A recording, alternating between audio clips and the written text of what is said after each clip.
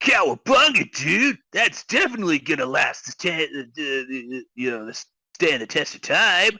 Whoa, bro!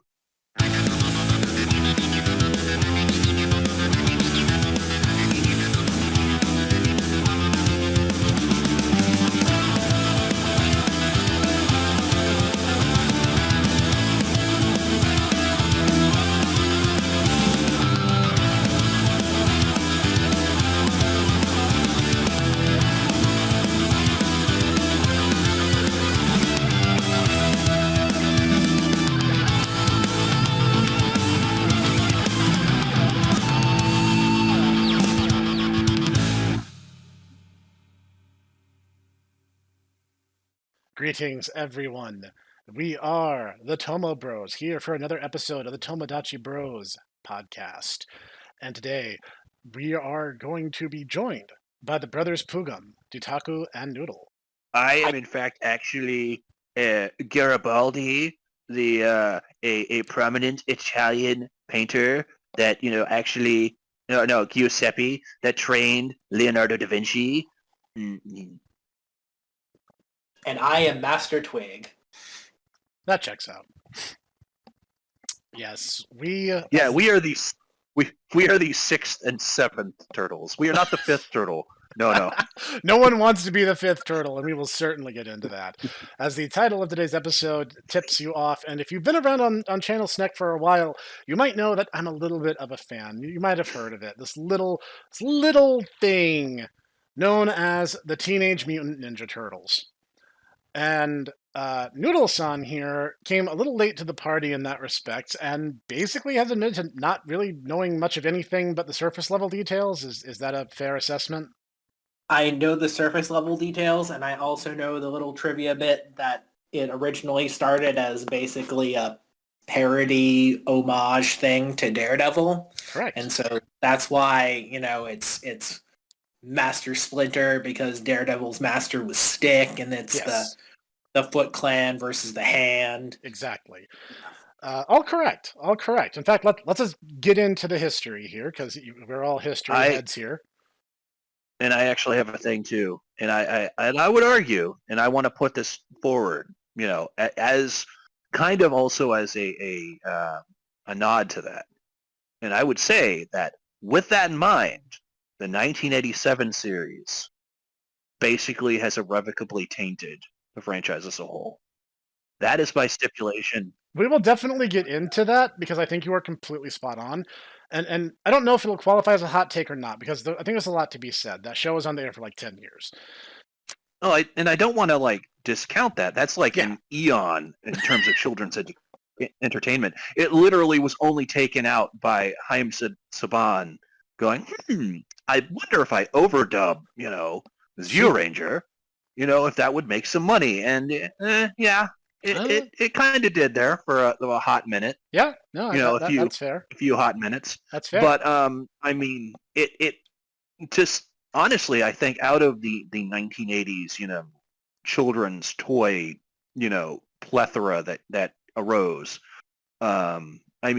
Discounting things like the Wagnerian epic of a bunch of muscle furries fighting against a geriatric old man, it really is kind of the stands at the top, because, not for nothing, but, who really cares about He-Man or, G.I. Joe or anything? A lot of that actually predates the Turtles. In fact, let's set him some historical context, because we are history buffs here, and we love us some good historic trivia, and it's another chance to knock the federal government. So I'm sure you guys will find this most entertaining.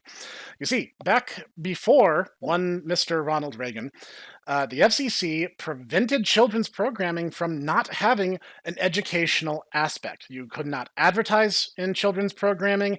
It had to be very safe. It had to be very Flintstones-esque, very safe, very grounded. Nothing bad ever happened. The irony of you talking about the Flintstones when they literally advertise cigarettes. Advertising cigarettes, yes. Yes. Yes, like it had to be very milquetoast. If you're making a show for kids, you couldn't advertise anything in the context of the show. Those ads were separate from the actual animated series, which is the loophole they got away with on that. You couldn't advertise anything. There, in many cases, had to be an educational element to it, and they basically could just never have anything bad happen.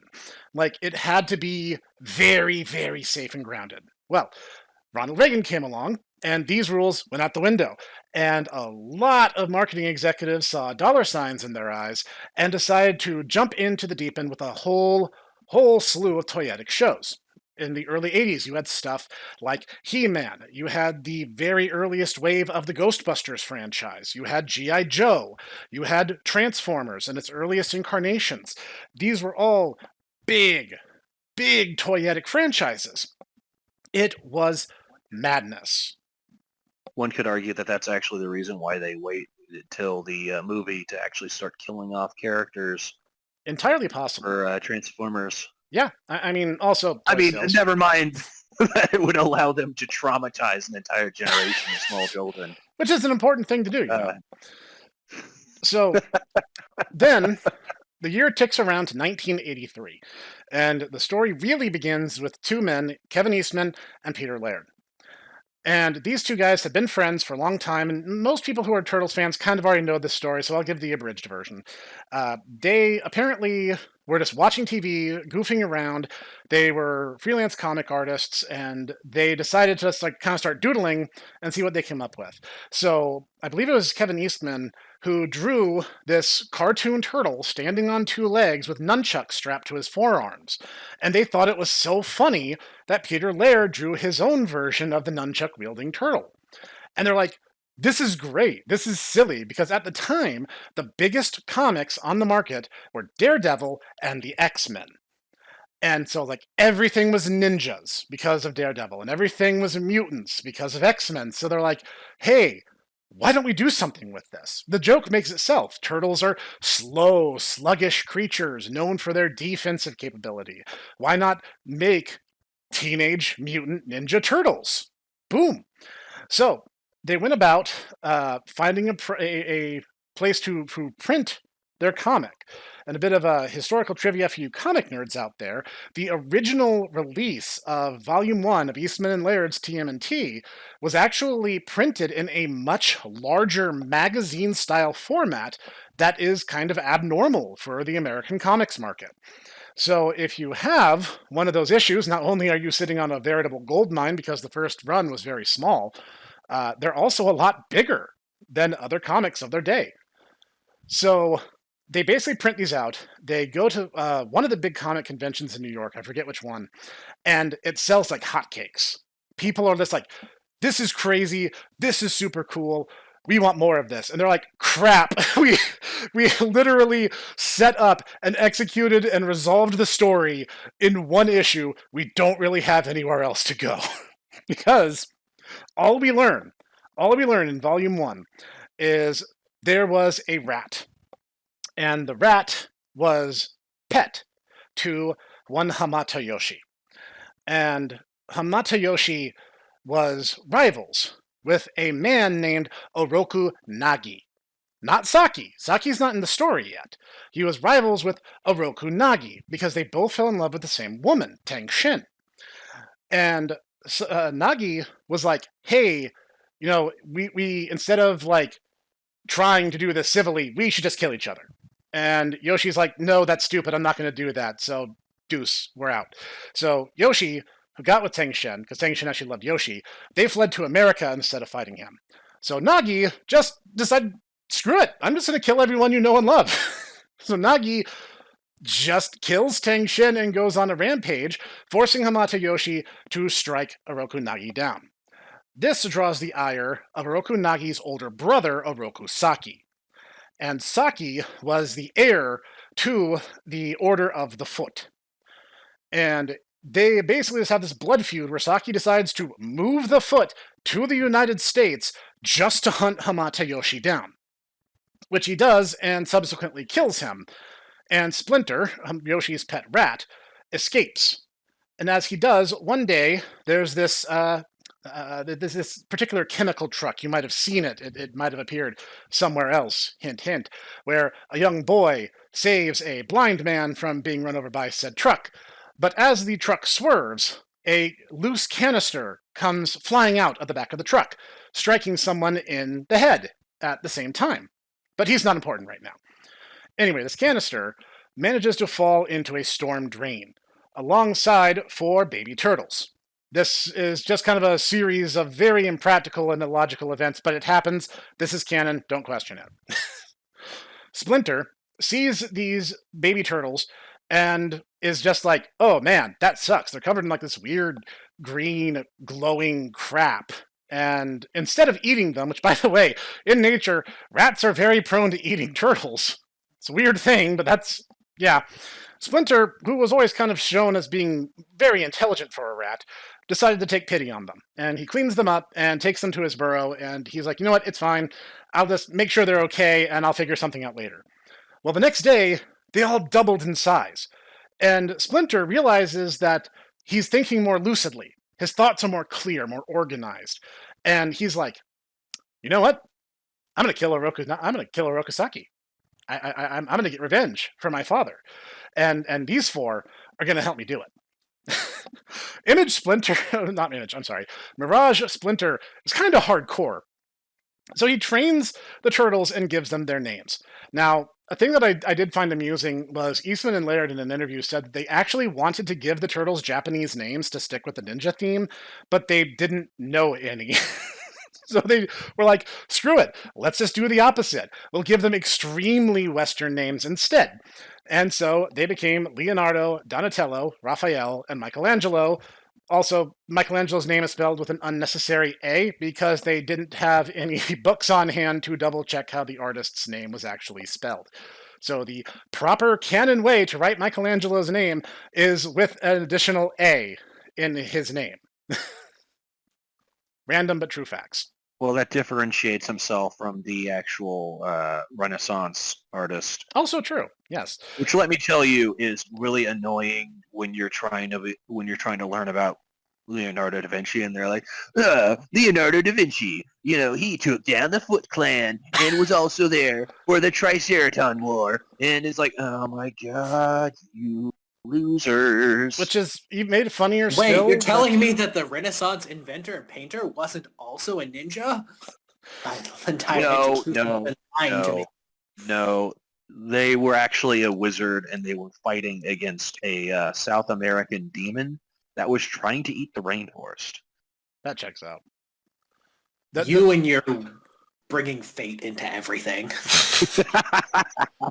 But, you know, the funniest thing about that is, like, Leonardo's name is not Leonardo da Vinci. They didn't take on the full name of the artist, just one name from each. Their actual canon name, depending on which continuity, is either Hamato Leonardo or Leonardo Splinter's son. So, like, they shouldn't be making that mistake in the first place. It's actually kind of dumb that they would.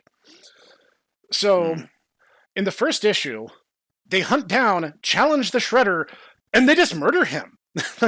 they tear him apart, and Leonardo offers him one of his swords so he can commit Sudoku and restore his family's honor and end the blood feud with the Hamato clan. And Shredder is just like, no, I'm just going to whip out this thermite grenade. I'll just kill all of us, and that'll be the exact same thing.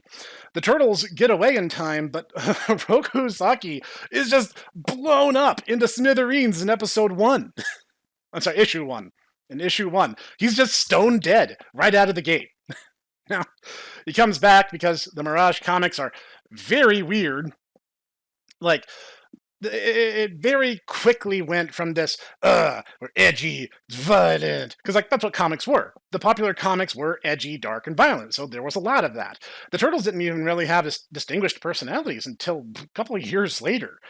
Now, early on, certain things did become established. As the story began to develop, they made friends with April O'Neil, who was a human woman, and she became kind of their liaison between the Turtles' underground secret world and the humans' everyday, boring, real world. Or above ground world, I should say, not really real world. The Turtles are real in their own continuity.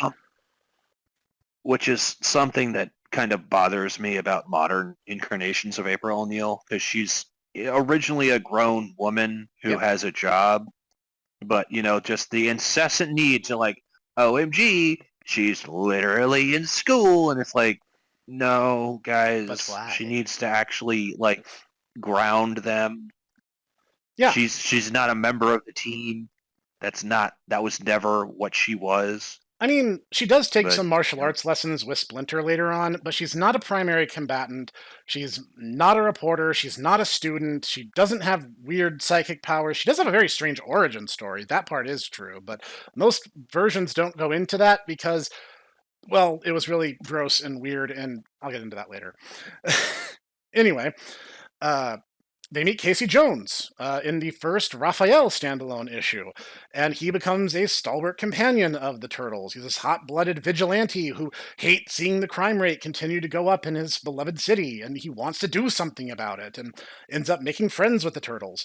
And then they learn that the Foot is into all kinds of sci-fi and occult shenanigans, including reviving their beloved leader, Oroku Saki, using these weird alien worm creatures. It's super bizarre. I don't pretend to understand.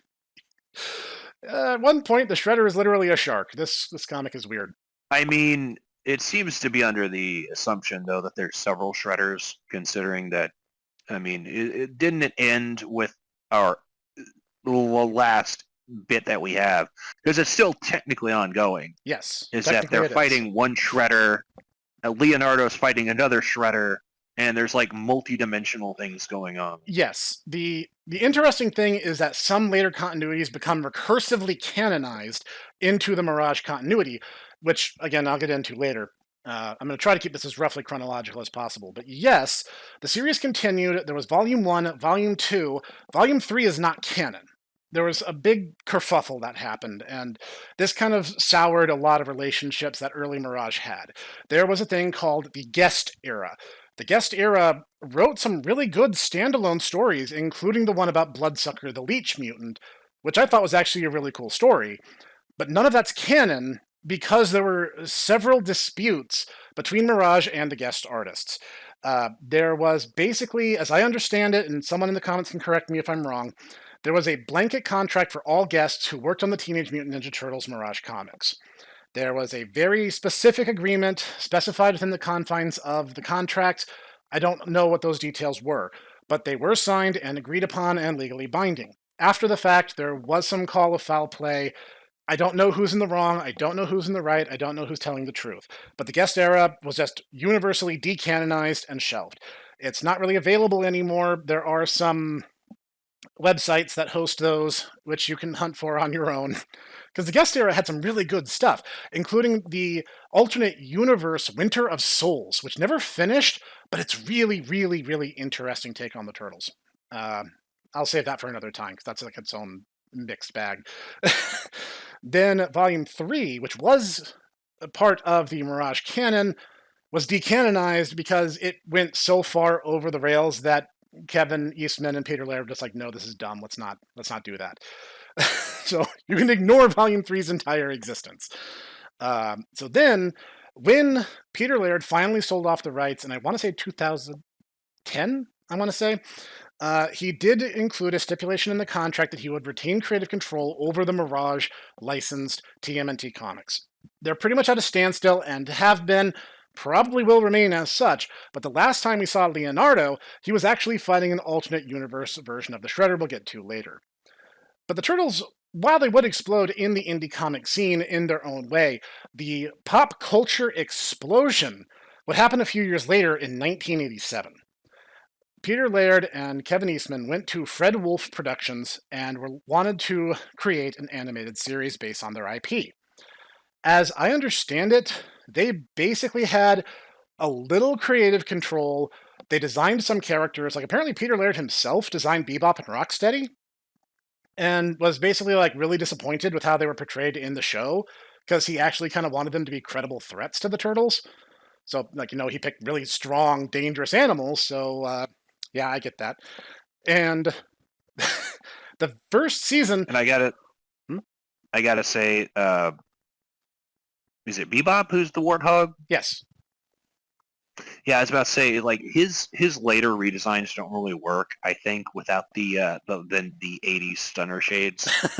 that's true. It doesn't. If they don't, if he doesn't have them, it makes his face look weird. I agree to that, yes. In fact, several versions will keep those, which I'm glad they did. They have this very... The Turtles reek of the culture of the 80s and the 90s, and I feel that removing them from that distinction is a disservice to them. They kind of need that flair, and Bebop and Rocksteady in particular were absolutely part of the 80s punk culture. Like, everything about their designs screams punk from that era.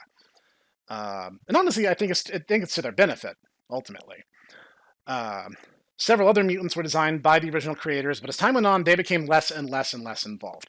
There was also an Archie comic spinoff and a much more recent Teenage Mutant Ninja Turtles Saturday Morning Adventures comic that started under the IDW license that picks up where the 87 series left off, kind of, sort of, not really. This is because where the 87 series ended varies depending on who you ask. Because, as I said, this show ran from 1987 till 1996 for 10 seasons. Now, mind you, the first season was only 5 episodes long. It was really just to test the waters, and it told one cohesive story. So, if you ask some of the more diehard fans, they'll tell you that season 1's the only thing that's really worth watching. I think that's a little unfair. I would say the show basically maintained the same level of quality as a whole until about seasons 5 or 6, and then things really started going downhill. I was going to say, I've seen up to about episode or season 5, and I kind of agree with you on that one. Honestly, I mean, there actually is pretty good back and forth, and there's progression, and there, ironically, I was expecting a very episodic series, and I understand as you reach about episode 6 or season 6, it is a lot more episodic. But there is a good back and forth, and the turtles aren't always winning, and but they do give as good as they get. Yeah. My main thing is the fact that I have never actually been really a huge fan as longtime viewers of the Snek channel, and Snek lore historians will know, but I have been aware of it. Right. But it just always surprised me, like actually sitting down and watching the series, like how much of a goober Shredder is. Like he's presented immediately as like, oh no, he's this legendary Japanese warrior. He is this like mastermind ninja. He's not only is he intelligent, he's like a legendary ninja who knows all these secret techniques and everything. He is he is a very credible threat. And yet he is like immediately taken out. And then after he's taken out in like the first season, it's Krang shows up, and at that point it's just, oh, Saki, my body. Oh, I need a body. I can't defeat the neutrinos without a body. Yeah, he henpecks him all throughout season 1 and a goodly ways into season 2.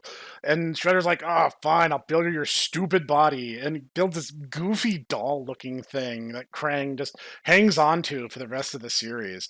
And Krang was a take on a Mirage Comics species called the Utram, and we'll be revisiting them. They're these weird little brain alien creatures who are responsible for the ooze in the original Mirage and several other continuities.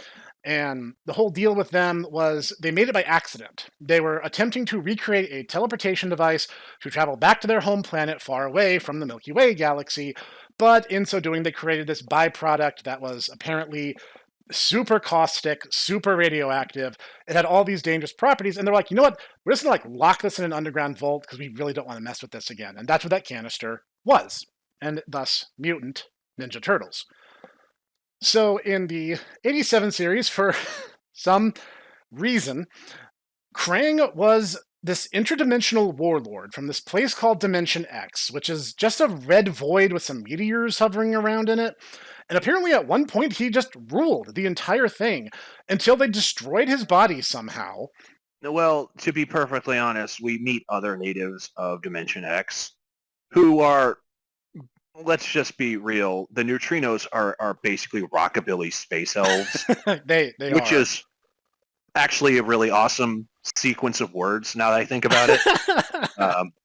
That's true. That's true.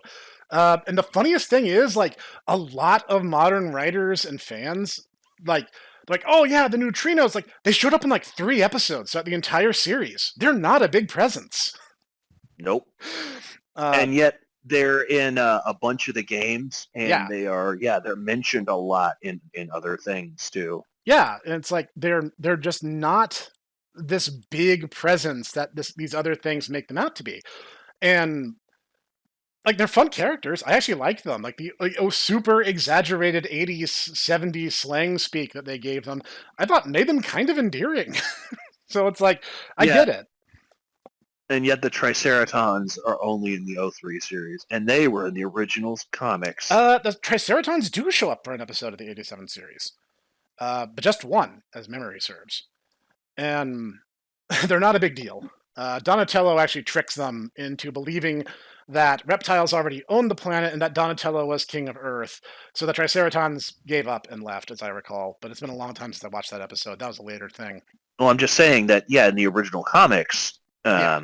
and in later bits, they're a lot more prominent. Oh, definitely. But yeah, this major aspect of the comics is just like, oh yeah, They're just around. whatever. The So- 87 series played very fast and loose with a lot of ideas. So you had this kind of mutant of the week formula so they could keep selling toys. And especially after season 5, things took a big dip in quality. There was a lot more animation errors that became very obvious. There was continuity errors constantly because they kept changing who was writing. One of my favorites, because of how goofy it was and how badly it threw me off as a kid, Rocksteady and Bebop were street toughs that Shredder mutated with the mutagen that Krang created for some reason. Apparently it was supposed to kill Hamata-Yoshi, and it didn't at all, so I don't know what Krang thought he was doing. So, Rocksteady and Bebop were humans who were mutated into animal hybrids of a warthog and a rhino. But in a Yes. much later season episode, they return to the New York Central Zoo, and they start talking like they were the rhino and the warthog mutated into humanoids instead. It's like, this was the zoo where we lived back before we was mutated. And I'm like, what? That's not what happened at all. No, in fact, it's like episode 2, season Yeah. 1. It's like, Yeah, where literally Shredder, he tricks them, but yeah, they're a bunch of teenage street toughs. yeah. So It was that is super pretty weird. bizarre. It was super weird. There was a bunch of continuity errors. And like, even characters who were like really popular would just show up in one episode and then never be mentioned again. And it became very toyetic. Donatello was making like new types of skateboards, and there was the turtle blimp and the turtle van and the cheapskate, and there was a lot of dumb wordplay jokes, by the way. Okay. All right, Professor. We have to know then. Okay. The Purples need to know who is the best of, this mutant of the week. Who is the professor's favorite? Because I can tell you my favorite, but yeah.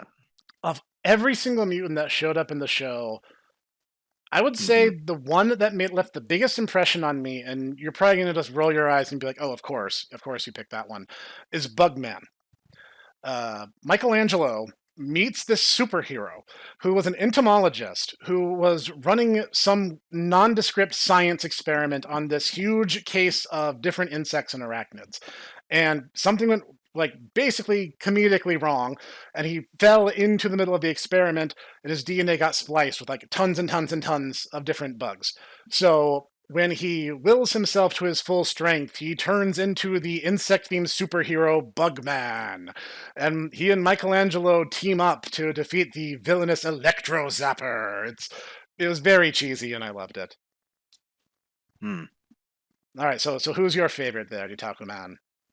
Honestly, my favorites are the punk frogs, just because the entire idea of the Shredder trying to create his own team of basically, ninja animals in order to fight the turtles is so simultaneously demented and yet like with logical within the understanding of, within the logic of the world Yes. that I love too the fact that they're like, well, we got to fight you. Why? Because the Shredder told us to. Why don't you not? Well, you're right. Actually, we don't really want to fight anybody, and that's how they defeat them. They're like, I never thought about that. I never thought of it yeah, that way. yeah, and they're literally all named like Adolf, Genghis, not Adolf, Napoleon, not like, Adolf. It was Genghis Frog, Napoleon Bonafrog, Attila the Frog, and Rasputin. Yes, I remember because Attila was the one that I always liked in Rescue Palooza because he had an axe. Yes. Yeah, so Shredder was like, I'll name them after my greatest inspirations. And I'm like, heh, metal. But yeah, they literally defeat them by using their words, which I always thought was really funny. They're like, you don't have to listen to the Shredder. And they're like, oh, we never thought of it that way. They just stop. It's great. They actually show up quite a few times throughout the series. The series just suffered some decay. By, I want to say, season 7, I want to say it was, the season finale was Unidentified Flying Leonardo, which just felt like any other episode in the later part of the series. It was okay, but like for a season finale, like nothing basically happened. There was no consequences. Whenever a season had ended, and especially in the first 5 seasons, the status quo changed. The Technodrome, the moving fortress that Krang and Shredder lived in, was originally underground, and they were attacking from the subterranean location. They drop it into magma at the end of like season 3.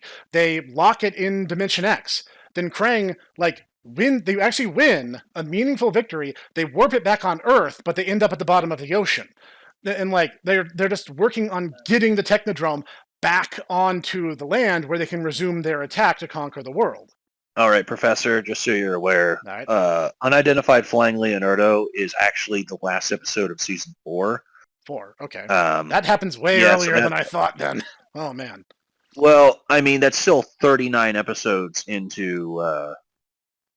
it looks to be the 39th episode of... Okay.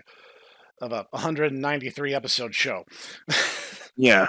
So I mean, that's still a ways in. That's not bad. Yeah. A lot of my favorite shows aren't even 39 episodes. And so as the series goes on, it became a bit more generic. The Turtles it was like a bit more self-referential humor. Like I remember there was a bit that even as a kid, I kind of rolled my eyes at, where Krang was like, oh, this time we'll definitely beat the Turtles. And then, we'll cut to reruns. And I'm like, okay, I get the joke, but like, wow, what a weak punchline after all that. Like, that's the best you got, huh? And the later episodes became very samey. They occasionally tried to shake things up. Like, I remember there was a straight to VHS release for a couple special episodes. I remember there was one called Attack of the Big Mac, which was this robot thing that traveled through time and talked like a cowboy for some reason. And then there was one where it was Planet of the Turtleoids, where the turtles meet this alien turtle creature, and they're like, "Oh yeah, like on our planet, we're just like this natural species of these humanoid turtle creatures." And they like had a 2-episode thing where they were off-world, stuff like that. But for the most part, the series really kind of lost a lot of its polish about midway through. And it became very samey, very wacky, jokey, woohoo. There was a lot of not caring happening, which eventually culminated in the last 2 or 3 seasons of the show getting a complete overhaul, because a couple things happened. As Utaku mentioned, Mighty Morphin Power Rangers dropped. Big deal. Another big deal that happened was X-Men the Animated Series, Spider-Man the Animated Series, Superman the Animated Series, and Batman the Animated Series all dropped when this show was still on the air. So, the writers went, crap, kids aren't watching us anymore. We need to do something to compete. So, in order to compete, they created the Red Sky seasons. The last couple seasons of the show, the turtles were slightly overhauled. They had slightly different designs in their faces in particular. The color palette was darker. The sky was inexplicably red. Several things established in the earlier seasons were kind of retconned. Because by the end of the Blue Sky seasons, the turtles were known public figures. They were allowed to just move about in broad daylight, and nobody cared because everyone just knew who they were. Well, the Red Sky seasons kind of retconned that, and they're like, oh no, they still live in the shadows, but Shredder and Krang just get like beaten by this weird alien bug monster named Lord Dreg, who was not interesting in any way, by the way. And they were like incorporating footage from the movie, which I'll get to in a minute, in the title sequence, even though they're very obviously different continuities. And they were trying to like bring in stuff from the Mirage comics, like the Leo Raph rivalry, which they do nothing with. They also tried to bring in the Gamera Raph arc, which they did nothing with because the turtles start undergoing the second mutation, and they turn into these big monstrous forms. But it doesn't go anywhere. It's not interesting at all. Even as a kid, I was rapidly losing interest at this point, and they were trying really desperately to try to keep people watching. It wasn't working. The whole thing was kind of falling apart. Around this point, Kevin Eastman signed off and sold his part of the license to Peter Laird. And to give you an idea, in terms of their writing prowess, Peter Laird was always more the sci-fi loving Donatello, and Kevin Eastman was the more violent, bashing heads Raphael. So that was kind of the dynamic they were working with. So the Turtles kind of ended on a whimper. At the end of the 10th season, Lord Dreg is defeated, and Splinter tells his sons, "You are now full-fledged ninjas. There is nothing for me to teach you." Now, the writers didn't intend for the series to end on that moment, but it did. So I guess there was some finality. But the 87 series is a total mess. And I think a lot of the love it retains to this day, because I think on IMDb it's the highest rated piece of Ninja Turtles merchandise, or media rather, and I think that's kind of undeserved. As I said, the first couple seasons are good, and again, probably remain consistently good, till about I would say probably season 5. The rest of it's kind of a mess, and I think it's over-loved in the fandom. In fact, there is a term that I just learned this recently. There's a term for people who only love the 87 series. They call them Kawa Boomers. Wow. I was not aware of that. That's apparently a thing. Ninja Turtles has their own version of Gen 1ers. And funny enough, that would be like if they call themselves Gen 1ers, but they still just played Gen 2. So the Turtles basically went on hiatus. So chronologically, I'm actually going to rewind about 6 years to 1990. The animated series was launched as a testing ground to see if a live-action movie could be produced. And the answer was yes. To say that the Ninja Turtles were a pop culture phenomenon would be underselling the impact it had in the English-speaking world. Now, there were several other countries where the Turtles were very popular. As I understand it, they were big in Japan, they were big in South America, but mostly it was the United States, Canada, Europe, and Australia. And the PAL regions got Teenage Mutant Hero Turtles because the word ninja was deemed too violent. This is true. If you ever get the chance, watch the German dub of the 1990 film, because it's a completely different experience, because they put wacky cartoon sound effects over all the fight scenes. I'll tell you something funny. This is some deepest Itaku lore. Sure. The reason why, honestly, I wasn't allowed to watch the Turtles back then was because of the violence. So let's just say that if the PAL regions are basically as no fun having as young Mama Pugum, which is funny because later on, actually, and Professor can attest to this. We actually, while we were rewatching the series, I decided to call Mama Pugum and say, "Hey, Mama Pugum, I'm watching the Ninja Turtles right now." At which point her response was, "That's nice." I really had no rejoinder to that. Wind taken for out years, of sails. For years and years and years, she wouldn't let me watch it, and then she's like, "Oh, okay, whatever." All right. So, just so you're aware, younger siblings, you have it easier. You have it easier. That's all I'm going to say. I mean, I wasn't allowed to watch Ninja Turtles either. Not that I really wanted to, but I was about to I'm say, not- by the time I'm you not- came along, the series was basically going off the air. I'm not blaming you, Noodle. You're my favorite brother. I got ice cream with you. It's okay. So, or so in 1990, Teenage Mutant Ninja Turtles, the first movie, dropped. You got to understand, this was a big deal, not just to fans, I mean in Hollywood in general, because it was basically completely independently funded and created. They got the Jim Henson Creature feature to work on the suits, so the heads were basically being puppeted by Muppeteers. And Judith Hoag, and I'm sorry if I said your name wrong, actually, this is a really interesting thing I saw in an interview with her. She didn't know anything about the Turtles. So she went to a celebrity friend of hers to get some coaching. And this celebrity was a huge, huge fan of the comics, and he even watched some of the animated series as it was, fairly recent at the time, a couple years into its runtime. A man you might have heard of by the name of Robin Williams, who was the one who taught her tons of stuff about who the Turtles were and who April O'Neil, the character she would play in the film, was to them. Teenage Mutant Ninja Turtles was eventually picked up by New Line Cinema and released in theaters in 1990. When it did, it ended up being the highest grossing indie film of all time until James Cameron's Titanic. Kind of a big deal, like I said.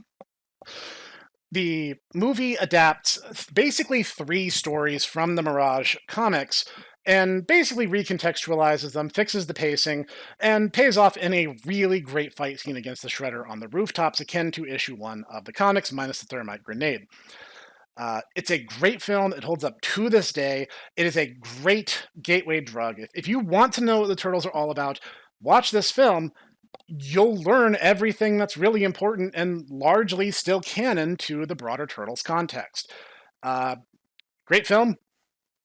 9 out of 10. Not absolutely perfect, but very, very close. Still a great film to this day. In 1991, there was the sequel, The Secret of the Ooze. The Secret of the Ooze is a mixed bag. The Turtles become increasingly concerned with their point of origin, that being the green ooze that mutated them when they were babies. And they end up reaching contact to a scientist from TCRI. Okay, this is a weird thing. In the movies, it's TGRI. In the comics, it was always TCRI. Why they changed it, I don't know. I don't even know what the acronym stands for. And they meet this guy named Professor Gordon Perry. And he becomes a friend of the Turtles and helps them basically come to terms with their point of origin. Their origin being not really much of one. Turtles 2, when it was first drafted, was going to be bigger, more epic. They're going to have more intense fight scenes. They're going to have other mutants to battle. It was supposed to build upon everything, and the big reveal at the end of the film was supposed to be that Gordon Perry was an Utrom, and that the actor would open his shirt, and there'd be like this brain creature in the middle of his torso piloting this robot body. It was supposed to be a big deal. That didn't happen. Remind you, this is 1990. Parents groups and the extremely far what's a nice way of putting this? The really well-meaning religious moms of the PTA got mega butt mad at the first film. The first film is violent. They use their weapons. They very canonically kill people. Raphael gets the snot beat out of him until he's basically in a medically induced coma. Lots of violence. So they're like, oh my god, you can't show kids this. Even though there's way more violent stuff on TV in the 90s. Whatever. Turtles 2 got chopped down hard from what it was supposed to be. The Ooze, it's an accident. Gordon Perry, just a dude. The new mutants we were promised were, they have cool designs. They're Toka the Snapping Turtle and Razor the Wolf. But again, they had to dumb it down. So they're stupid infants and they're babies and they think Shredder is their mother and it's goofy and Michelangelo slaps people with cold cuts and Vanilla Ice shows up during the film's climax and does a ninja rap. And so that's embarrassing. How incredibly 90s. It's aggressively 90s. The first film, I would say, probably leans more into the 80s part of the culture. This film leaned a lot more into the 90s, and the 90s sucked for pop culture, with the possible exception of anime and country music. So, I will say, it's entertaining. Turtles 2 had some heart and soul in it. The turtles have genuine interactions with each other. Donatello gets this really poignant moment that, like, as a kid, kind of stuck with me. Because Gordon Perry is like, the ooze is this chemical that was a byproduct of another experiment that was exposed to a series of radioactive waves, and the result was this chemical with very dangerous and unstable mutagenic properties. That's it. That's your origin. That's all you really are. And Donatello is just super depressed about this. And Splinter's like, what are you thinking? What's on your mind? And Donatello is like, I thought we'd find out we'd be special. And Splinter says, do not confuse the specter of your origin with your present worth. And I think there's something profound in that. And one of the things I will say is that the first Turtles film had quiet moments. It respected the viewer because there were moments where really no one was talking or they weren't having to jangle their keys in your face. I'll get to that in a minute. They didn't feel like they needed to talk down to you. The story told itself. The cinematography was dark. It was sharp. It was really, really profound. Turtles 2 loses a bit of that, but I think that one scene in particular might be my favorite because it resonated with me on a personal level. Anyone who's followed Channel Snek knows that the Tomo Bros are a bunch of neurotic weirdos who have more issues than Marvel Comics and DC Comics combined. And hearing Splinter say that really kind of stirred something in me in a positive way. Because it's true. Your origins don't dictate who you are as a person or where you're going trajectory-wise. And so you should never let them bind you to what you think they should bind you to. The next step on our journey is 1993 and Teenage Mutant Ninja Turtles 3. Remember how we mentioned that the 87 series was probably a huge mistake and probably tarnished the franchise for all time? This is a good example of that, because Turtles 3 is terrible. It's really bad. Oh, you mean with the villain that they throw over a cliff and then he just kind of disappears? And he disappears mid-cut? And people have actually... Yeah, I was about to say, people have actually, like, gone through it frame by frame, and there's just, like, a frame where he just vanishes. Yeah, and he's just gone. Yeah. And yeah. They don't even time the cut correctly. This film did not use the Jem Henson creature feature. They used the Kmart version of the creature feature. So the heads are weird and floppy. The costumes look cheap. There was no real effort put into it. And the whole story is that April O'Neil goes to an antique store and finds the scepter, and the scepter sends her back in time to 1593 Japan. And in return, a samurai from the same era was brought to the present. And the turtles basically are forced to subdue him, and conveniently enough, he speaks English. So the turtles are like, oh, well, we had to go back in time to rescue April, instead of, sending one turtle to rescue April, which would have made way more sense. And they could have, mind you, that the turtles are ninjas. Their origin lies in Japan. Like, the Foot Clan comes from ancient Japan. Hamata Yoshi's family comes from Japan. Do they use any of this? No. No, they don't. Spoiler alert. They don't use any of this, because that would be smart, and that's not what this movie is. What? That's just like, why don't they have, like, the distant ancestors show up and... Because that would be good. That would actually have been a great idea. The irony is that... historical parallels and, the past repeating itself, and oh my god.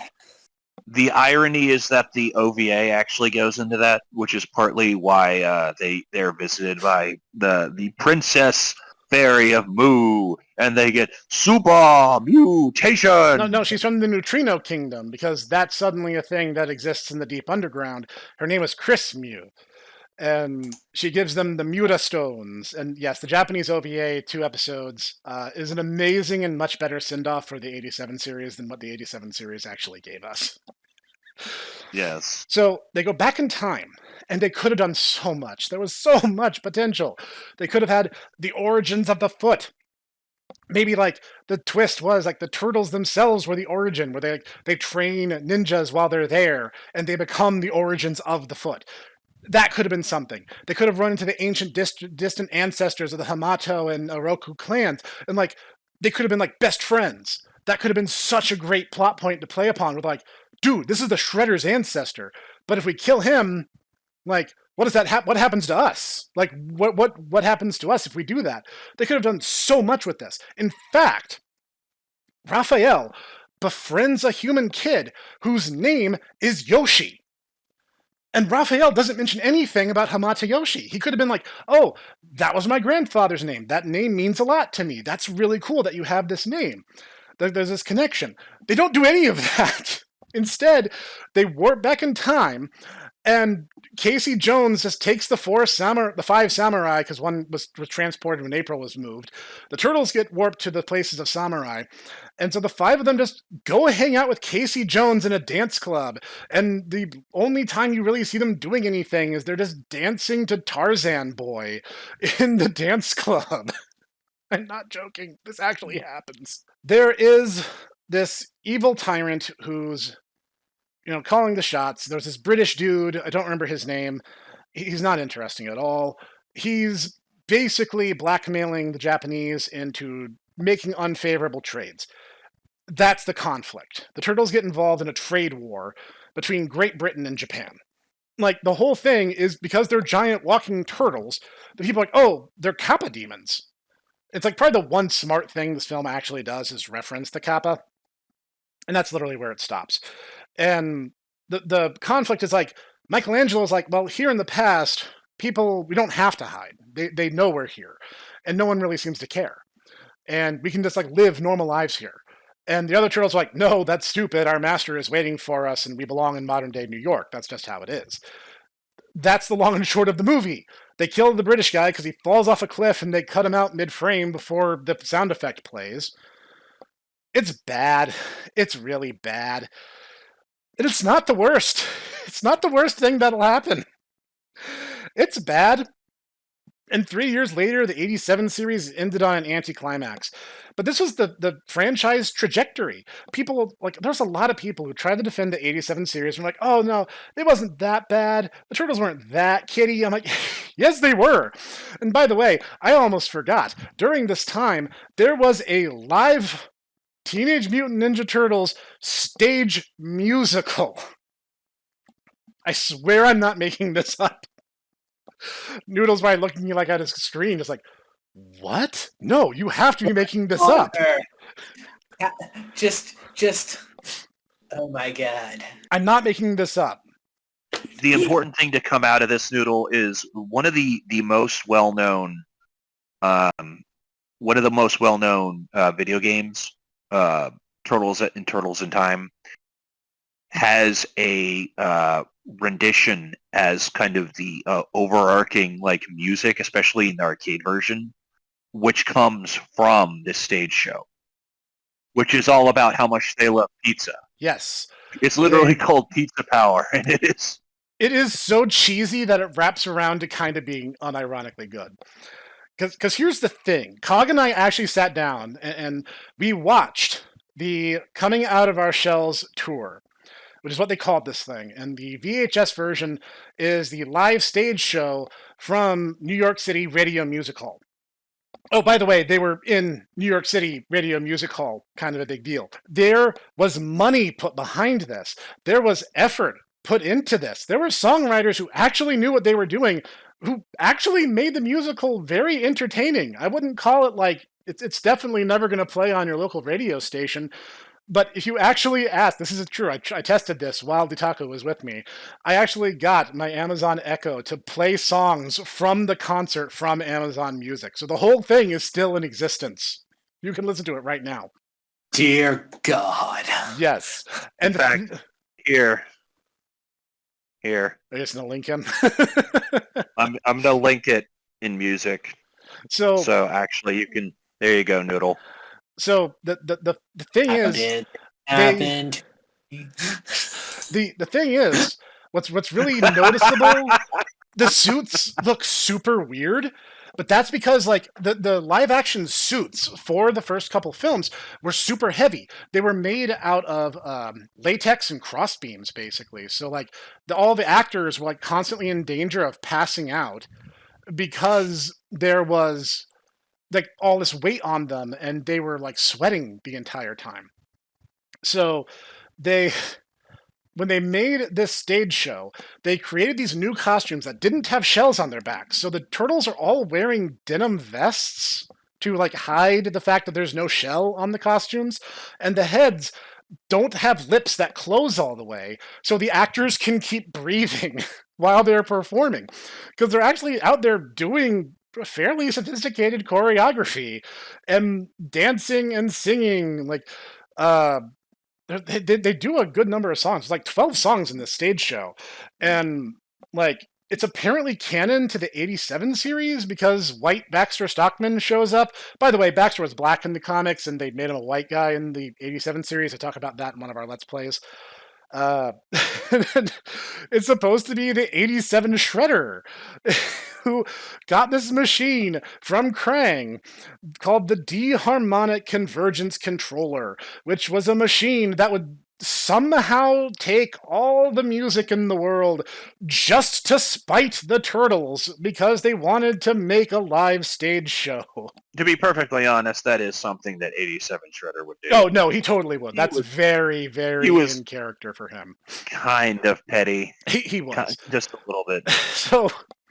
So like, they do one where they introduce themselves. They do like one called Coming Out of Our Shells, and there's like a brief intro. They do Pizza Power. Splinter gets a song. He gets one called Skipping Stones, which is like a soft rock thing. Michelangelo does a rap song called Cowabunga, where he talks about his relationship with his brothers. Shredder gets a song. I almost forgot this. It's one of the funniest things in the entire show. Is there's a bit where the machine, for whatever reason, weakens the turtles and they have to go off stage. And this is really in reality, so the actors could stop and get a glass of water, and there could be an audience intermission. So Shredder wins the first round, and the turtles are forced to retreat. So Shredder controls the stage for a while, and he just starts roasting the audience. It's actually genuinely funny, because apparently the actor was just allowed to ad-lib. So, like, there was some kid, I remember there's this bit, and I remember this clear as day, where he starts talking to this one kid in the audience, and he's like, "Oh, who's that with you? Is that your sister, your friend?" And the kid shouts back, "Oh, she's my cousin." And he goes, "Oh, what's the matter? Couldn't get a date?" It's like the most. It's the most petty. It's the most petty and vindictive thing I've ever seen. You can tell the guy's loving it. Like, that had to be so much fun for him. Because, like, it actually looks like there was heart and soul put into it. Is it cheesy? Yes. Is it actually, like, unironically good music? Not really. No.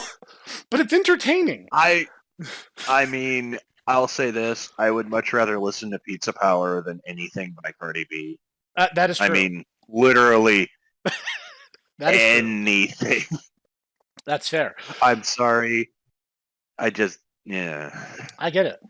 So at the end, they beat Shredder, they defeat him, and destroy the machine, and all the music is brought back, and the world is saved. Long and short version. Okay. So, Professor, we're gonna have to move ahead a little bit. Okay, yeah, I'm wasting more series to talk about. Okay, no, I'm getting there. The only reason I really bring that up is there was a series of side movies, little mini series, like nothing major, for a couple of years. And they were worse than the ones that preceded them. There's like a trilogy of stuff based on that stage play using the same suits. They did a one called Getting Down in Your Town, which is apparently a stage play they performed at like theme parks, and the infamous Ninja Turtles Christmas album. And both of them are significantly worse than Coming Out of Our Shells. Really bad. Like, even the Michael Bay film dunked on them, and it barely had the right to do that. Christmas. I am not joking. The Ninja Turtles have a Christmas album, and it is delightfully terrible. Arguably the worst Christmas music you'll ever hear this side of Last Christmas. That is very low bar. The Turtles were everywhere. Toys, games, TV, food, cross promotions that make no sense whatsoever. The Turtles were a genuine pop culture storm. Even the rise of Power Rangers, while big and meteoric, did not compare to the cultural zeitgeist that was Turtle Mania. But all good things... And the funny thing is that the next thing was terrible. Is that, no, okay, yes. But here's the thing. It's the entire thing of, if you can't beat them, join them. And that's literally the thing. Saban Entertainment got the license to make a live-action Ninja Turtle series. And they tried to claim that it was in continuity with the live-action films. They even used the stage set from Ninja Turtles 3 for the sewer lair location. Okay, here's the thing. Very first episode, Shredder is defeated and removed from the entire equation. This guy called the Dragon Lord shows up, who has this weird mystic Chinese magic power that's not really ever explained. It's not important. And this army of undead things that just work for him. And Splinter is apparently friends with this kung fu master. I forget his name. He's not important. He dies like immediately. Because he dies, his student comes to live with the turtles. It turns out the turtles had another turtle. There was a fifth turtle. And this is the first time I said the word fifth turtle this entire discussion, and every time I say it, a little bile rises to the back of my throat, because it never works. So they reveal the turtles are not biological brothers. They came from different clutches of eggs, including the fifth turtle, Venus de Milo. Peter Laird hates Venus de Milo and will not even talk about her. As I understand it, Kevin Eastman will talk about her, but even then, it's just kind of like in passing, like, yeah, that's a thing that exists. So she has some kind of mysticism as her weapon. And she had a teal mask versus the other colors that the brothers used from the 87 series going forward. They all used to wear red, yada yada. It only ran 26 episodes, and it was spectacularly awful. It just kind of ends. The story doesn't really get resolved. The Dragon Lord is just there. But there is another interesting asterisk to mention, because these live-action turtles showed up in a crossover episode of Power Rangers in Space. The turtles got brainwashed by whatever the villain of Power Rangers in Space was. I don't remember. I was not watching the show at the time. I dropped off after Power Rangers Zeo. So the turtles were brainwashed and attack the Rangers and hijack the Megazord. But then the Rangers somehow undo the brainwashing, and then the turtles and the Rangers team up, defeat the monster of the week. And at the end of the episode, the turtles borrow their space surfboards and kind of awkwardly flail their arms around in front of a green screen. There, I saved you 30 minutes of your lifespan. You're welcome. This ran for one season. Ninja Turtles: The Next Mutation. It's bad. It's really bad. And there's a reason it died.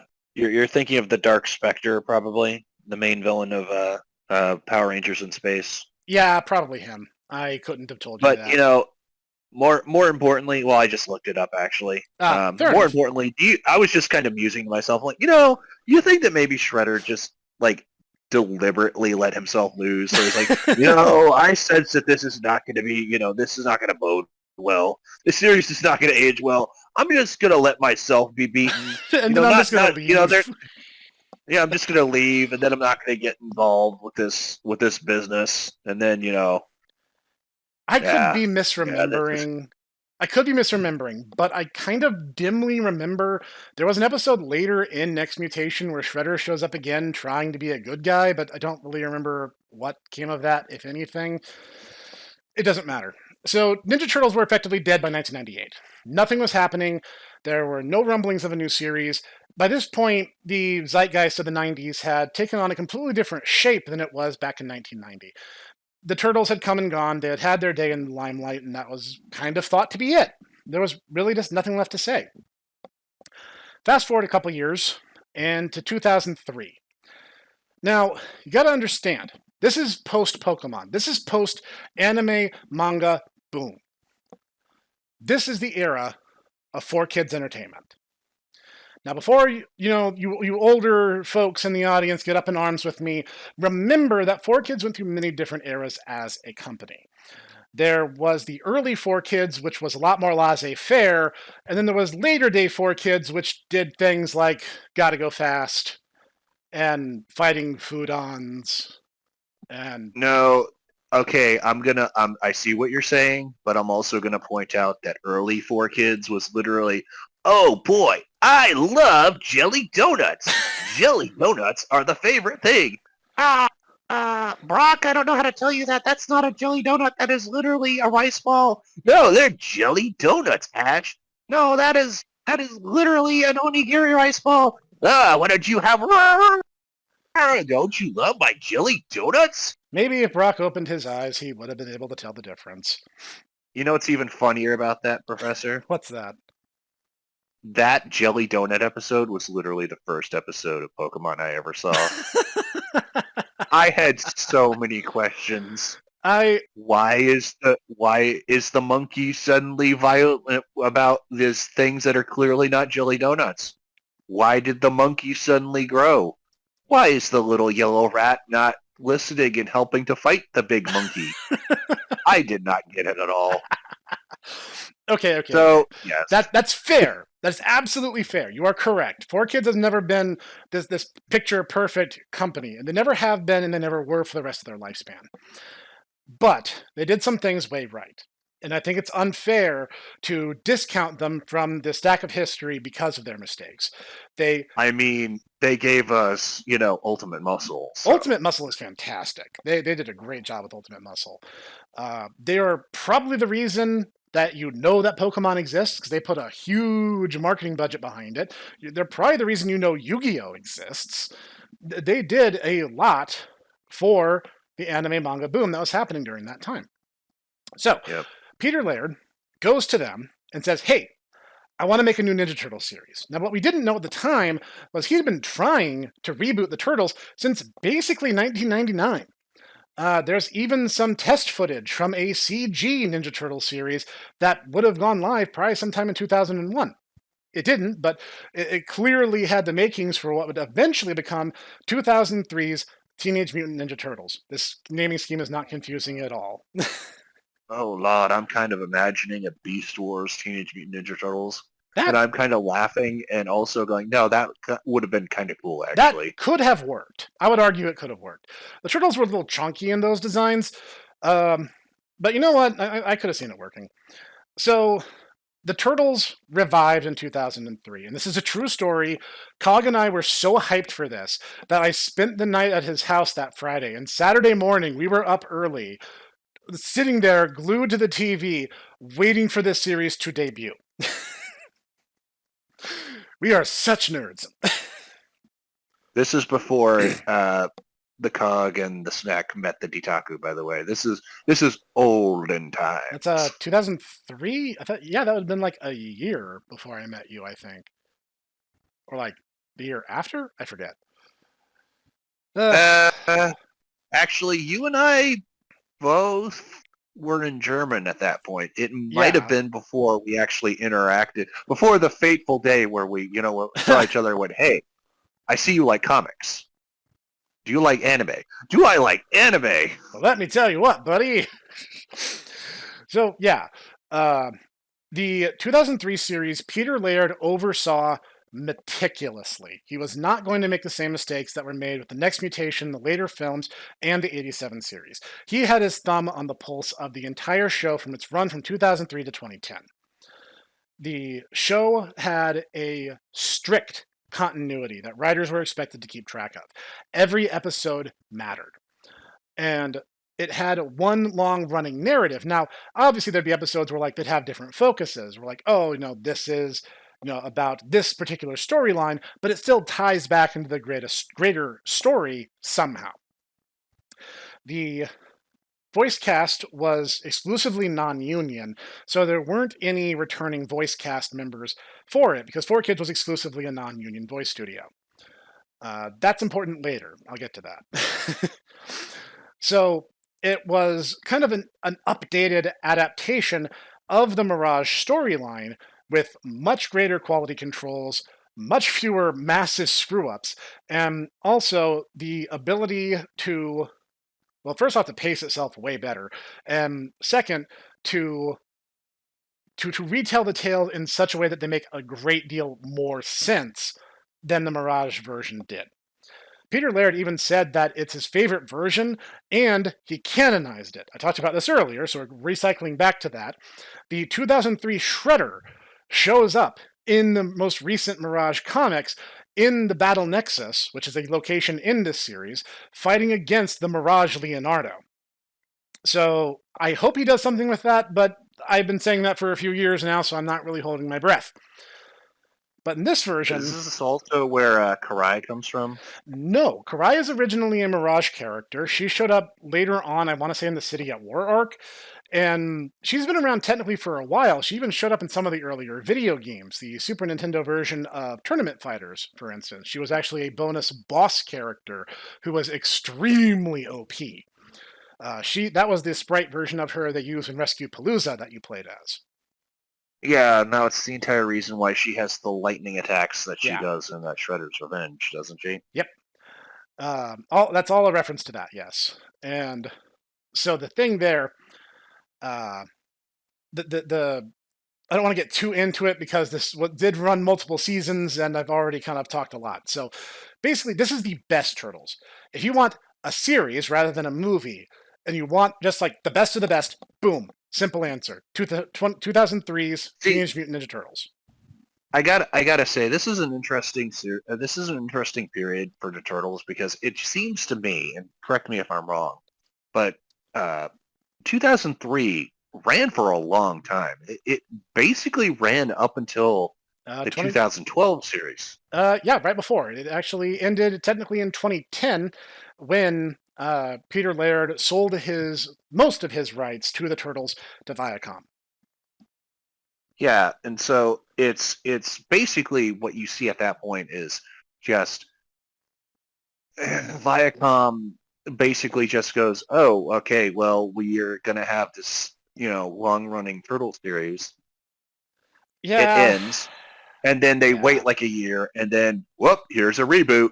And for some of them, they're good. Like the 2012 series is really good. Yep. And others not are so much. Not good. Well, there is one film that we need to talk about before we get there. In 2007, there was the confusingly titled TMNT. I think this is the second best Turtles film of all. It basically felt like a Turtles fan from the original comics who kind of studied everything from the comics to the present day and made a movie based on that. It felt like one of the original Tales of the TMNT comics. That was a side series to the Mirage comics, which were still canon, but they were more like side stories where like weird and unusual things would happen. And that's what this movie felt like. And I think it was exactly the breath of fresh air that the Turtles cinematic universe, if you want to call it that wasn't really in vogue at the time, it's exactly what they needed. It fixed the issues that Turtles 3 had by basically pretending Turtles 3 never happened. It basically got things back on track. It was an amazing movie. And again, we have we have the 1987 Turtles fans to thank for it not doing well, because all the reviews were, where's Krang? Where's the Technodrome? Where's Krang? Where's the Technodrome? And I'm like, why are you like this? Why are you like this? And, I almost got another film. In 2009, there was Turtles Forever, which at the time was kind of thought that it might have been the last bit of Turtles franchise ever, because the series was a little bit unclear as to what was going to happen. So it's an animated film that was a crossover of the 2003 Turtles and the 1987 Turtles.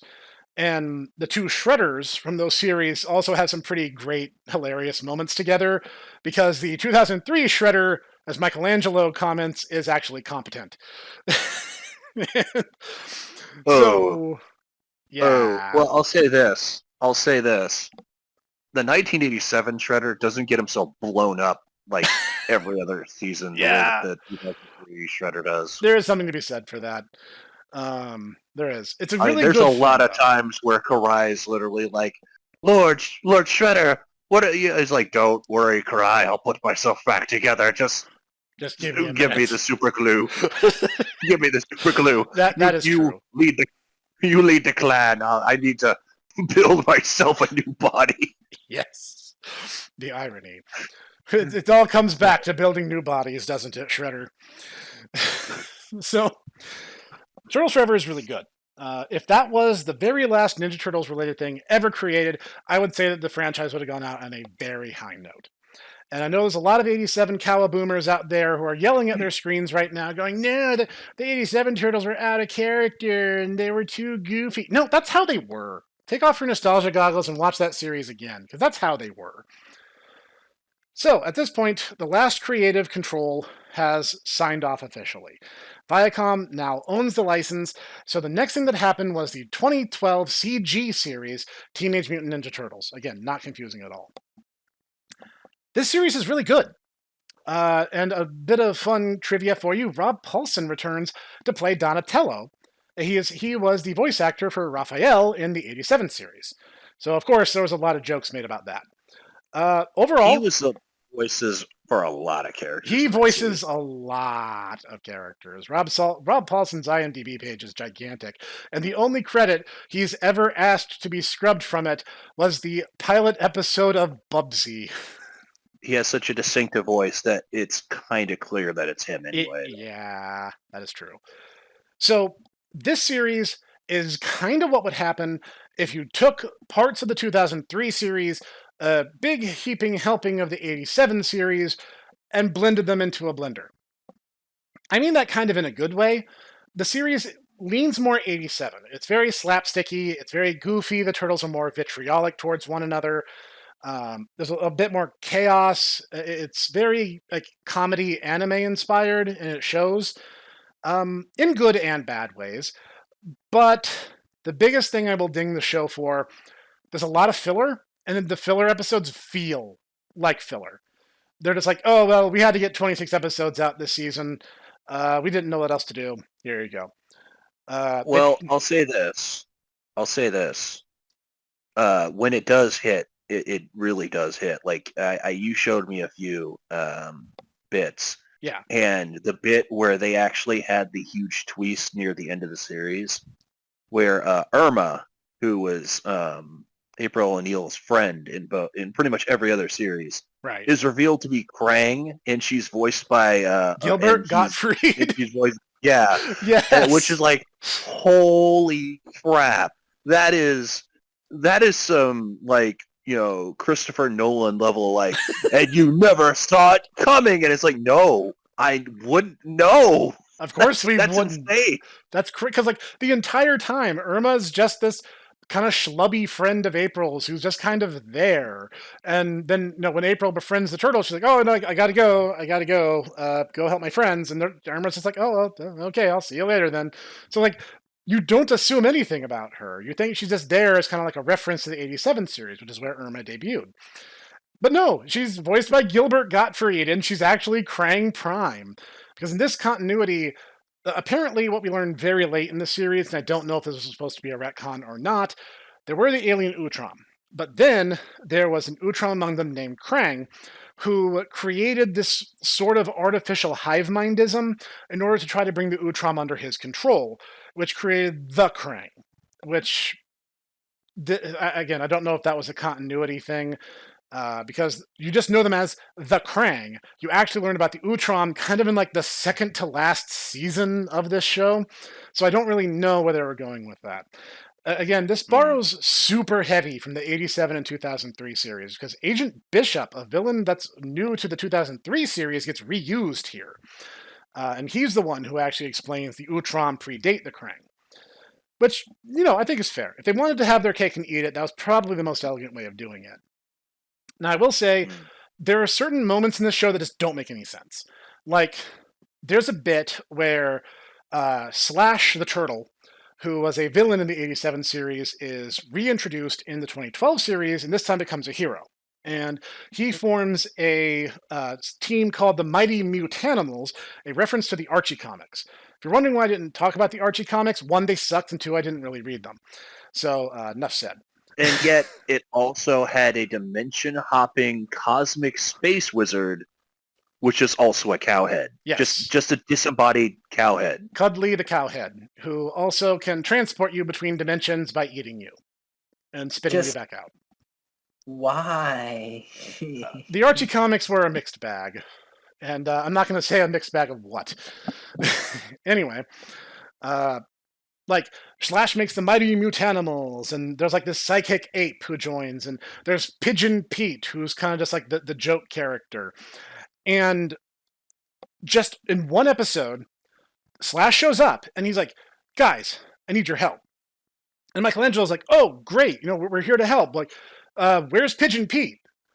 And Slash just goes, oh, we don't talk about Pigeon Pete. And there's just kind of this pause, and they never explain what happened.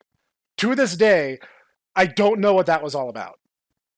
I don't know if the voice actor had to leave. I don't get it. It was just really weird and really jarring. And, this show has some really good fight scenes. It has some really good heart. And it's the first, and far as I know, only animated series to have the guts to kill off Master Splinter before the show is over. So, props to the team for having the courage to see that plotline through, which comes from the original Mirage comics again. So that was something. And the to its credit, it's generally quite good. It has a solid through line. It has a good sense of continuity. Action sequences are great. Comedy is pretty well done. Characters are well done. Downsides, it's a little improperly paced at times. There were things that just kind of seemed to happen just to happen, and the gratuitous Japanese, while bad in the 2003 series, really went to another level in the 2012 series. There's this whole debacle over this artifact, which they insist on referring to as the Kuro Kabuto. So you're going, okay, it's the black helmet. Cool. It's not black. It's a silver helmet.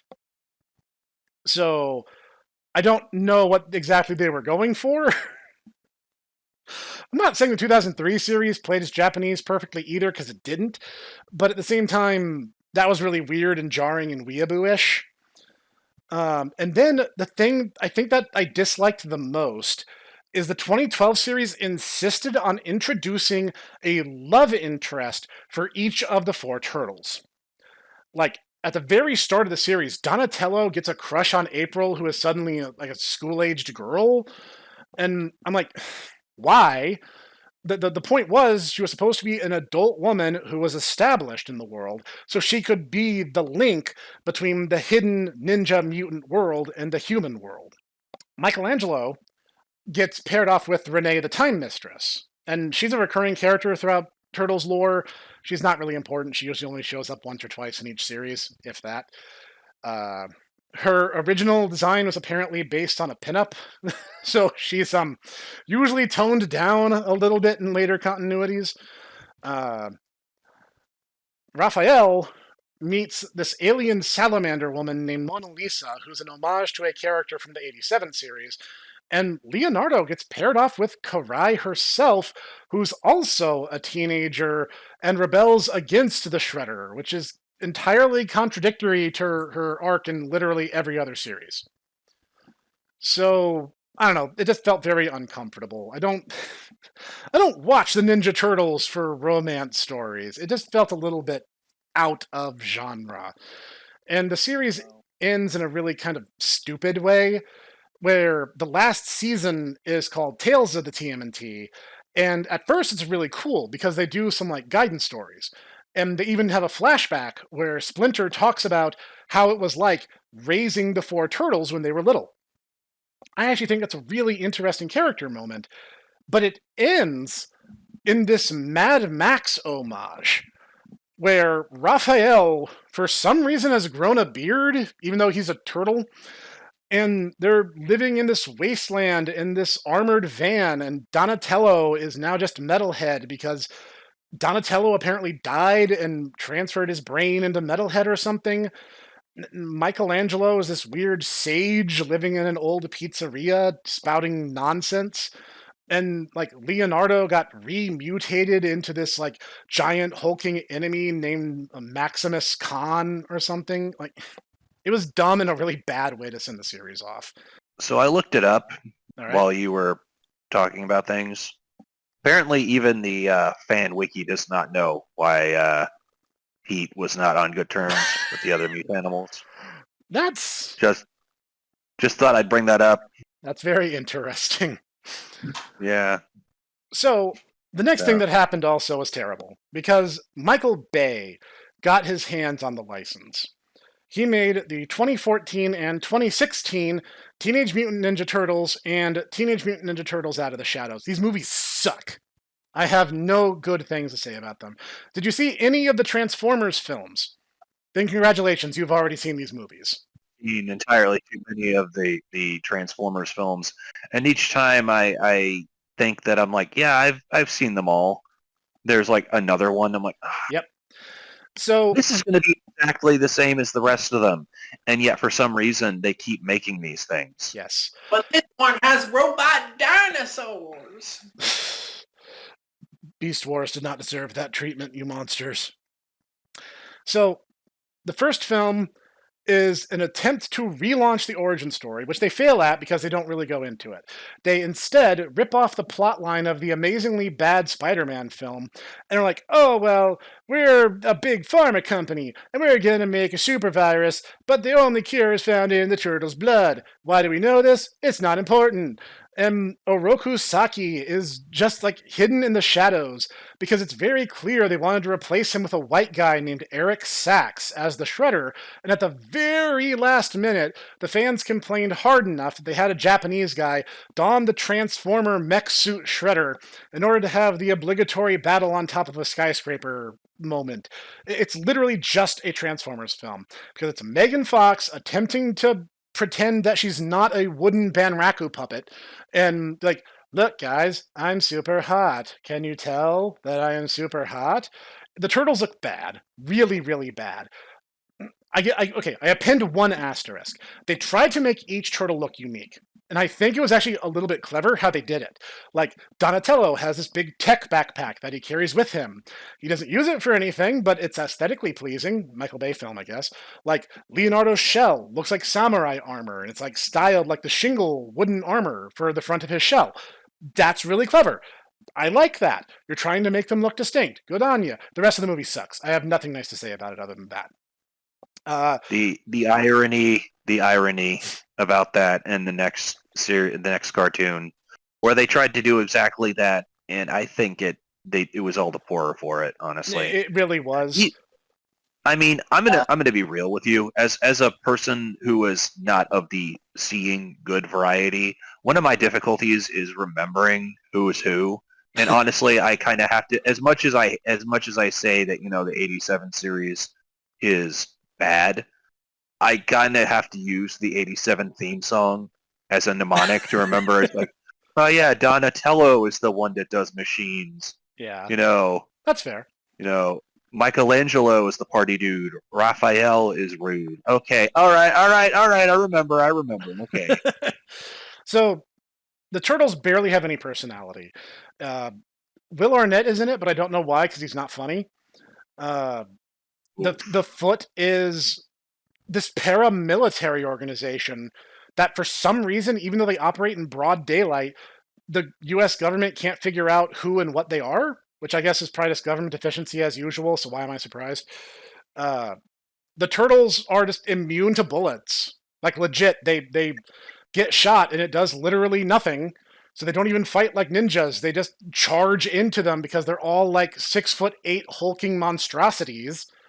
I'm going to attack them head on. That is exactly what happens, but it works. See, the funny thing is the reason why it works is that the Shredder and the Foot Clan did not utilize weaponized stairwells. Oh, that's true. That's true. They didn't. They could not thrown down the stairs, much like Yusuke got thrown down the stairs. That is so true. Therefore, they actually win that way. So the second Bay film, Out of the Shadows, is literally just a retread of the 87 series. Shredder meets Krang, they mutate Bebop and Rocksteady. Oh my god, aren't you nostalgic? Fap, fap, fap, fap, fap. I hate these films, I hate these films, I hate these films. I have nothing nice to say.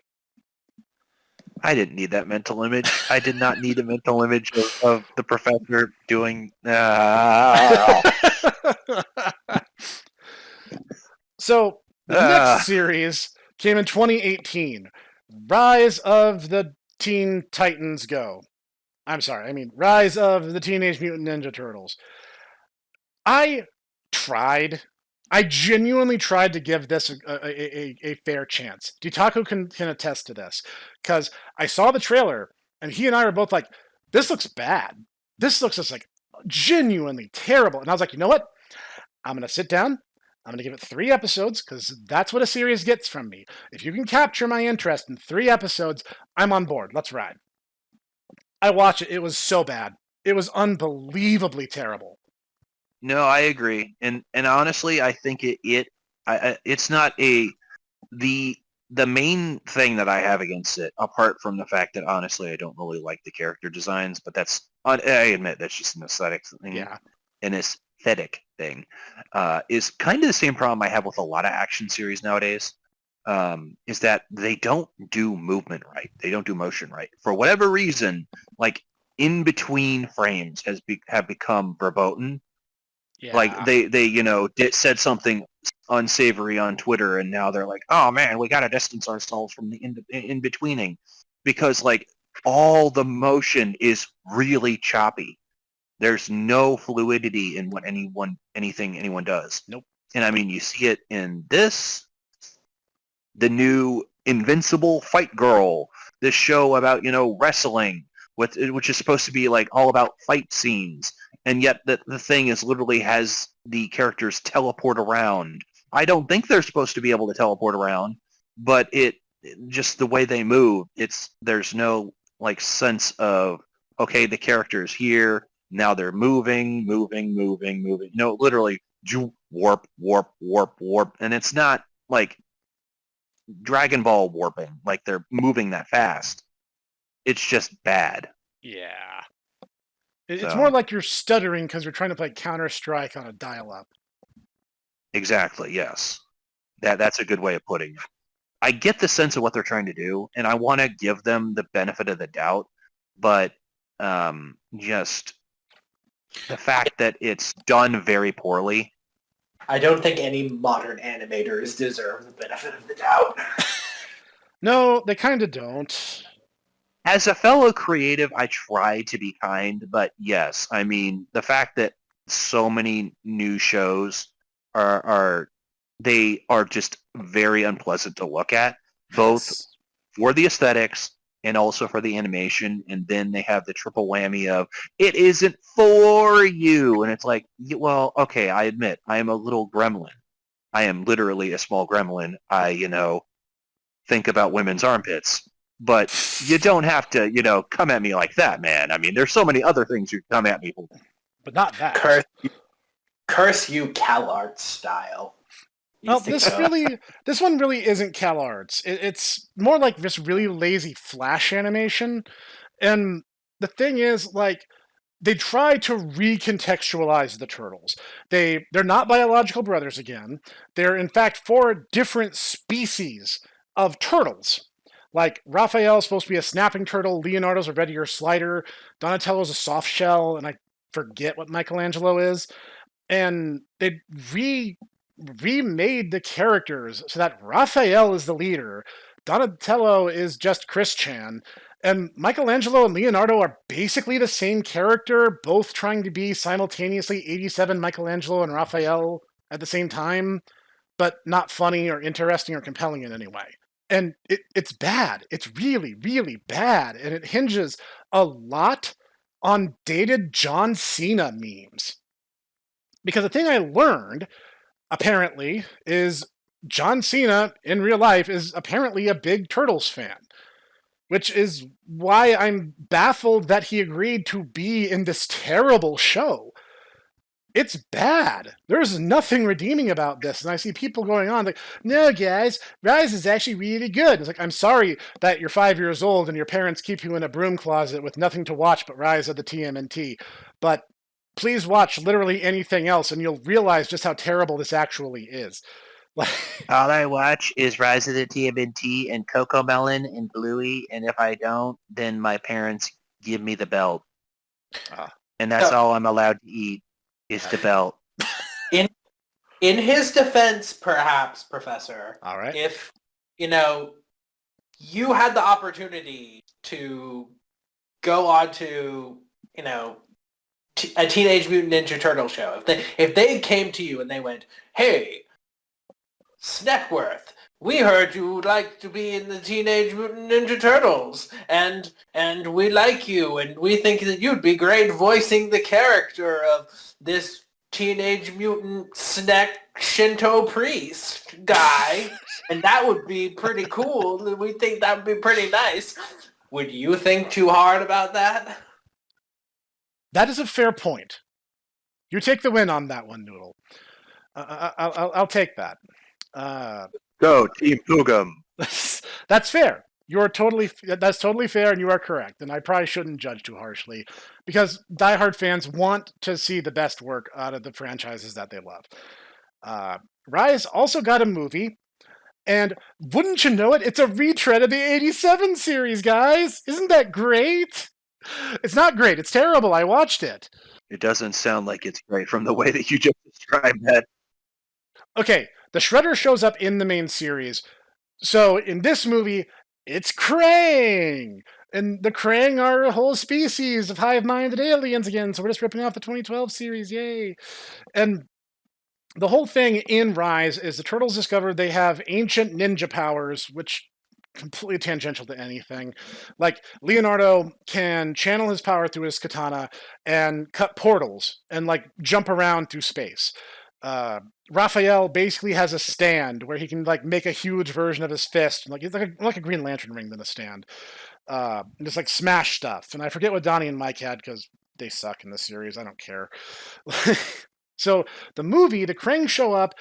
They somehow steal their mystic powers, and for some reason, at the end of the Rise series, Splinter declares that Leonardo is now the leader, probably to appease the fans who hated everything about the series. I don't know. I don't care.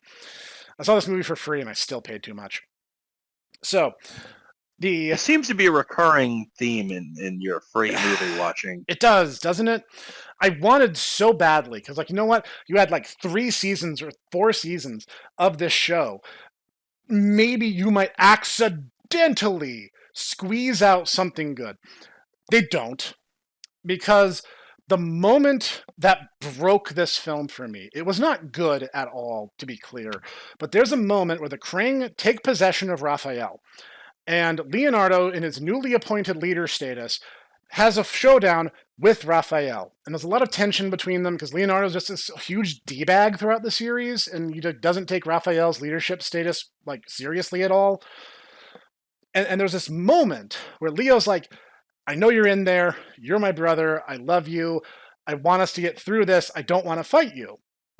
And I'm like, okay, maybe they're going to do something with this. Maybe this might be the one moment where I can be like, okay, this film did something. They immediately cancel it out with a joke by just bonking Raphael on the head, and that's how they break the mind control. And I'm like, you were this close to maybe saving at least this scene, if not this picture. I hate this film. I hate Rise. It sucks, and it deserves to be burned and forgotten. Which leads me into the 2023 film, Teenage Mutant Ninja Turtles Mutant Mayhem.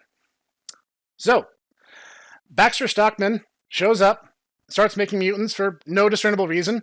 Shredder's not in the film, and Baxter just makes a bunch of mutants, and he just kind of gets offed. I don't even remember how. Like, I watched this movie, and it left absolutely no impact on me whatsoever.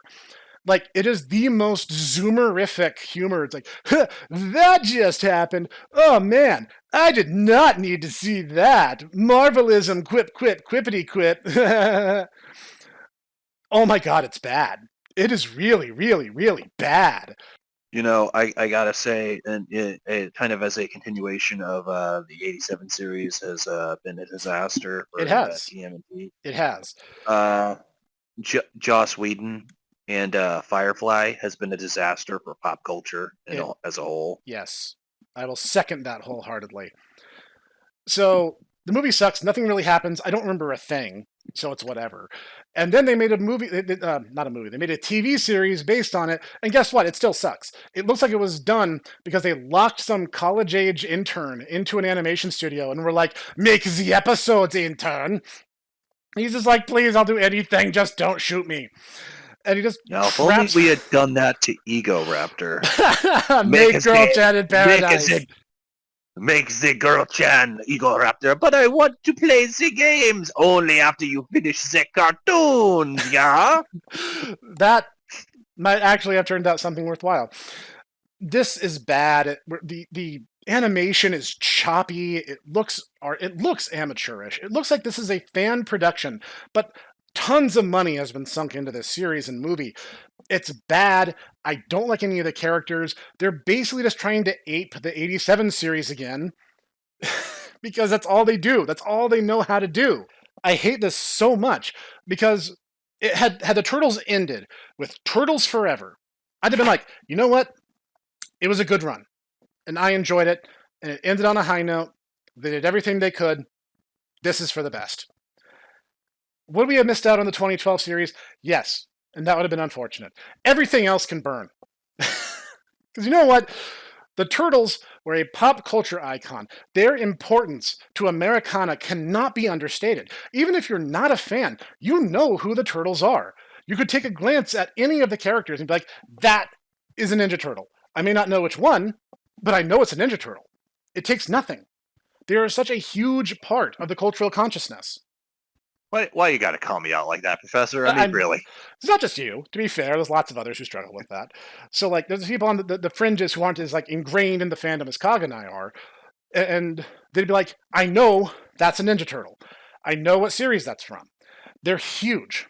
People in our age, in, like, the 30s and 40s age range, grew up with these characters, seeing them at these really high highs and these really low lows, and this really unfortunate canyon that Viacom has driven the franchise into.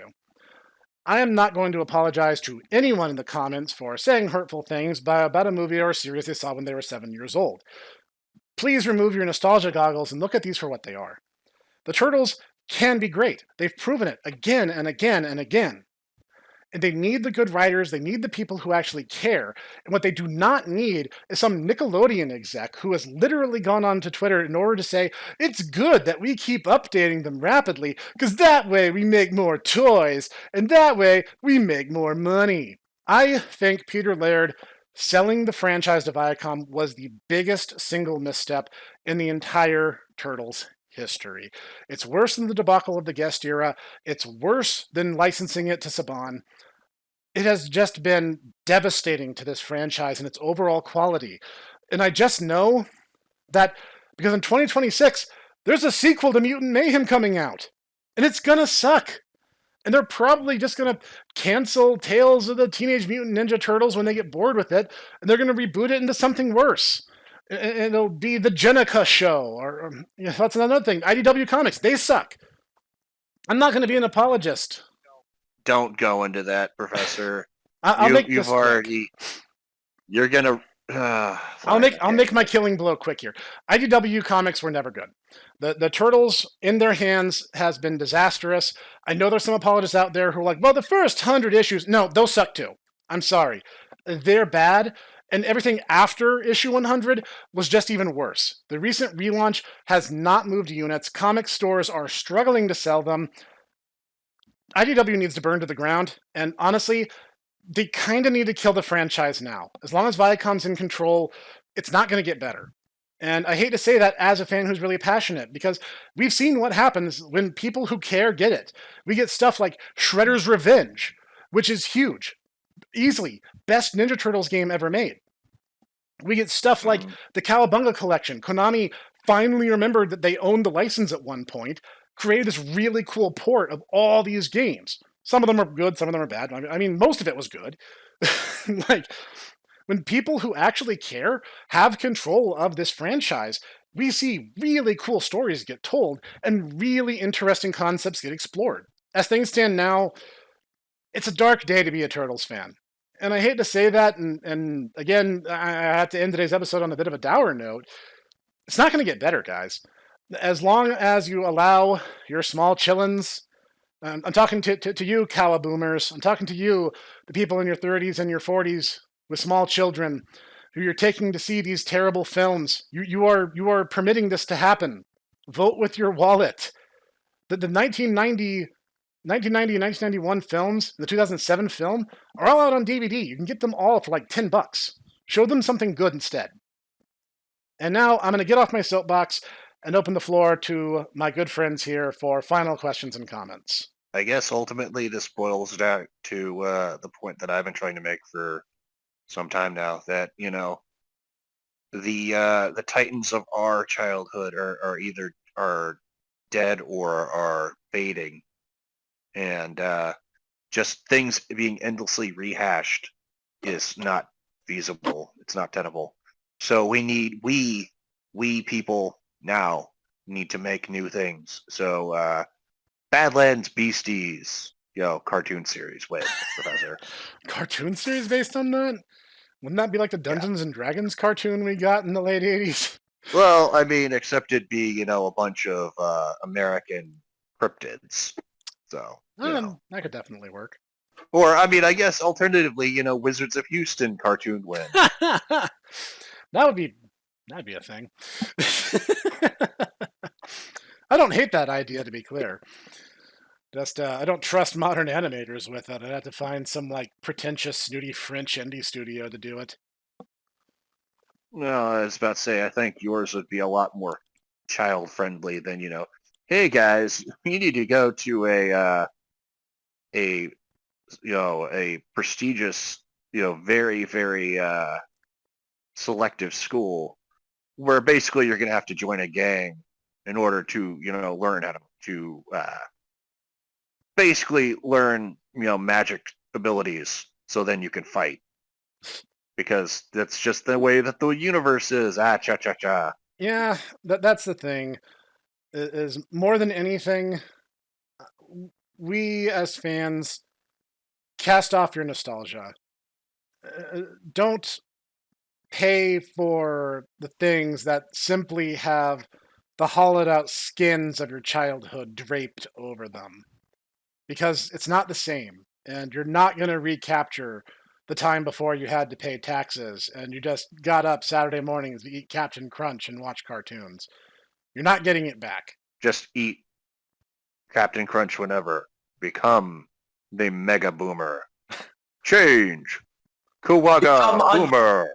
Become uncomfortable. Watch 80s cartoons and eat Captain Crunch whenever you want. You are a grown adult now, so now you can get Captain Crunch whenever you want. You can play Shredder's Revenge whenever you want. You can watch a movie whenever you want. You are in charge of your own destiny. And who knows? Eastman and Laird didn't make Ninja Turtles as their very first property. They had plenty of failures prior to that point. So, who knows? One of you guys listening right now might make the next huge pop culture boom. It's not impossible. So you know what? I mean, get out there and stop trying to reanimate the corpses of the dead, okay? Let's keep searching for something new. That's what Master Splinter would have wanted you guys to do. All right, gentlemen. Yeah, I got nothing else. All right, gentlemen. Thank you for joining me on this fine evening. This was very illuminating. I know way more about Teenage Mutant Ninja Turtles than I ever did before. than you ever cared to, yes. Yes. But here you are, and now you have new wrinkles in your brain about something that you'll probably never use. Probably. But that's fair. That's fair. Anyway, thank you guys for joining us for another episode of the Tomodachi Bros podcast. This has been the Hipster Snek, Ditaku, and Noodle. Cowabummer. I'm just here for the food. That's fair. We will see you guys next time.